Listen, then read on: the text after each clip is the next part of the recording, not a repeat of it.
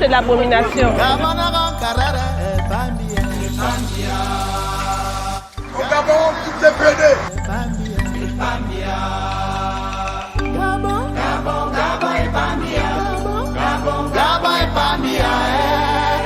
C'est le fait qu'un homme puisse contempler le postérieur d'un autre homme. Le Premier ministre, dans toute la sagesse africaine, je vous dirais, déposez votre démission.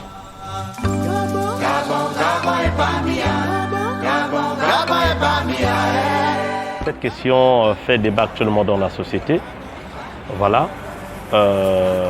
D'autant qu'elle est d'une importance capitale dans l'appréhension des habitudes, dans l'histoire des traditions gabonaises.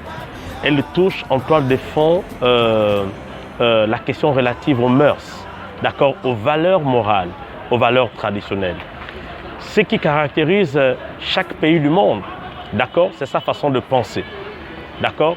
La tradition a construit en nous une personnalité, ce que nous appelons en sciences sociales la personnalité de base. Parce que c'est quelque chose de très diabolique. On ne peut pas accepter qu'un homme comme un autre, un homme de sexe, deux personnes de même sexe puissent s'accoupler. Ça, c'est vraiment très diabolique. On va voir un homme, on parle de l'Afrique, je suis en train de parler tout à l'heure de culture. On voit un homme et sa copine en plein monde, même à l'université de Marbongo, là nous sommes, si et seulement si les deux flirtent juste devant les gens, c'est fini, il y a des regards qui se lancent. Mais qu'est-ce qu'on dira demain après-demain de deux personnes de même sexe qui feront la même chose? On va forcément aller... Il y a déjà une psychose qui se crée entre nous et on verra que tôt ou tard, il y aura forcément une guerre civile entre nous-mêmes. Moi, je ne suis pas surpris parce que je ne suis pas surpris parce que je sais comment fonctionnent les gens que nous avons portés là-bas à l'Assemblée nationale. Je sais comment ils fonctionnent. C'est des gars qui n'ont pas de qualité, des gars qui n'ont pas de principes. Et lorsque le peuple se permet de prendre des gars qui n'ont pas de principes et qui n'ont pas de valeur morale, il décide de prendre ces individus et les envoyer devant pour les représenter un peu qu'arriver à ce genre de situation. Moi, je trouve que c'est déplorable. La preuve, c'est que les gars qui représentent le peuple n'ont même pas été choisis par le peuple en temps normal. Parce que moi, je me dis que les gars qui sont censés nous représenter doivent être élus par nous. Il faut les lois. Ils doivent savoir que ces lois-là, enfin, moi personnellement, le mot sexuel qui va s'embrouiller, il va me connaître. Je vais lui montrer. Et plus adviendra que pourra. Parce que moi, personnellement, enfin, ces députés-là, ils votent leur loi. C'est bien pour eux. Mais le mot sexuel qui va se permettre de perdre la route. Enfin, j'espère qu'ils vont habiter en ce moment à la Sablière. Moi, je pense que la dépénalisation en territoire gabonais est quelque chose qu'il faut prendre au sérieux. Préalable. Il y a les préalables. Chez les autres, ils ont sensibilisé la population. Et c'est des pays développés. N'oublions pas que nous sommes en Afrique. L'Africain, c'est un villageois. L'Africain, c'est quelqu'un qui est ancré dans ses us, ses coutumes, dans ses mœurs. C'est quelqu'un qui est ancré dans ces histoires-là. Nous sortons tous d'un village. Et nous avons une éducation bien particulière. Moi, mon père, il m'a dit un jour, un homme va avec une femme, point barre. Mais dans nos cultures, on nous apprend c'est un homme et une femme. Mais maintenant, là, nous sommes dans la dépravation des mœurs. Voir un homme s'accoupler, une femme et une femme. Là, nous sommes en train de dégrader la société, nous sommes en train de dégrader le tissu social. Et c'est une perte pour nous. C'est un tel débat.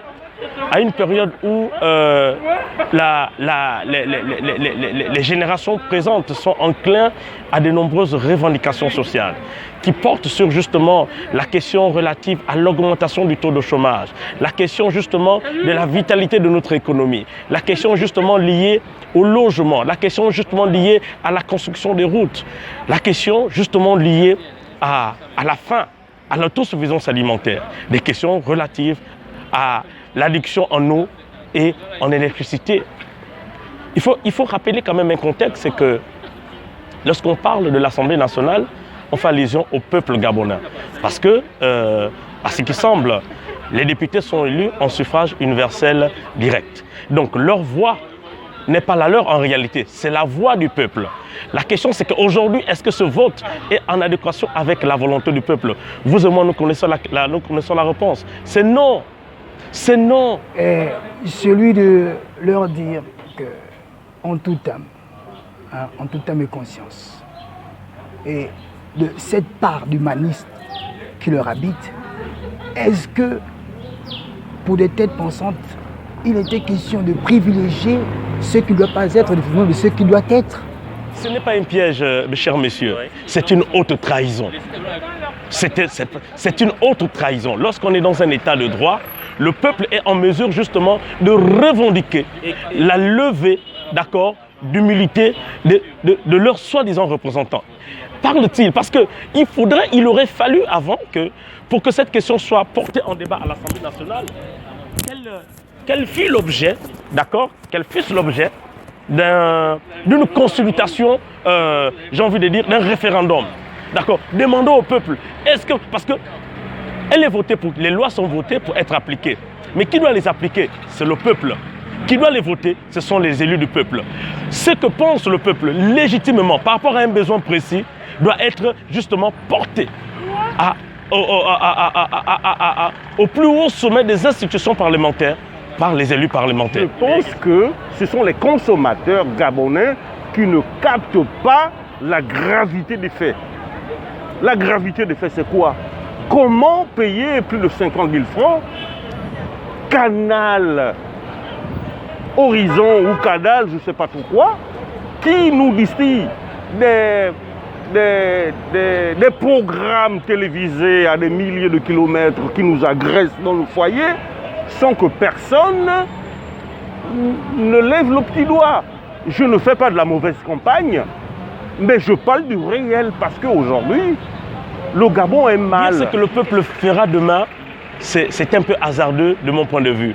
J'estime à juste titre qu'en tant qu'être humain, le peuple aura certainement des réactions imprévisibles. Vous savez, la question que je voudrais ramener à vous et moi, qui faisons partie justement de ce peuple, qui s'insurge aujourd'hui contre cette dépénalisation, c'est que dans nos familles, serons-nous capables d'accepter que l'un de nos membres, justement, vienne faire part d'un projet de mariage homosexuel? Non. Si nous sommes informés dans nos différentes familles qu'il y ait justement des membres, des hommes comme des femmes, justement, qui aspirent à ce type de diabolicité, est-ce que nous pourrons les approcher?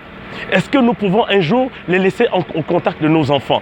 Est-ce que nous pouvons un jour les laisser rentrer chez nous, dîner, à une réunion de famille, chez nous? Non. Nous allons simplement créer une fracture sociale. Une fracture sociale. Voilà. Que ce type de personnes vivent dans son milieu et que les personnes... Parce que c'est des personnes déséquilibrées. Mais les personnes déséquilibrées sont comme un virus. Ils sont comme un virus.